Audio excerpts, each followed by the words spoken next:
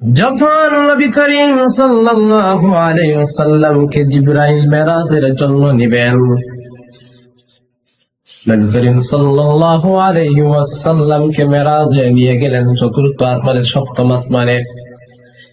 সেখানে যাওয়ার পর নবী করিম সাল্লাল্লাহু আলাইহি ওয়াসাল্লাম জিবরাইল আলাইহিস সালাতু ওয়াস সালামকে তার আসল চেহারা দ্বিতীয়বার দেখেছিলেন।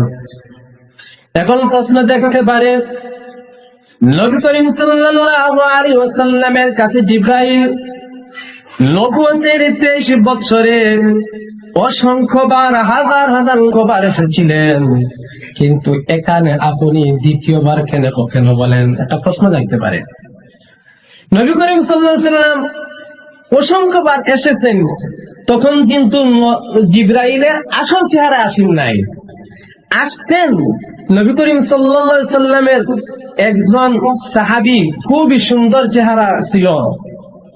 ওই সাহাবীর চেহারায় অনেক সময় নবী করিম সাল্লাল্লাহু আলাইহি ওয়াসাল্লামের কাছে জিবরাইল আসতেন। সেই সাহাবীর নাম হলো দাহিয়াতুল কলব। ওই সাহাবীর চেহারা নিয়ে হযরত জিবরাইল আলাইহিস সালাম নবীর কাছে আসতেন। নবীর কাছে যখন আসলেন, তখন জিবরাইলের কথাবার্তায় বাক ভঙ্গিতে নবী করিম সাল্লাল্লাহু আলাইহি ওয়াসাল্লাম বুঝতে পারতেন যে উনি জিবরাইল, উনি আল্লাহর ফেরেশতা, তখন বুঝতে পারতেন।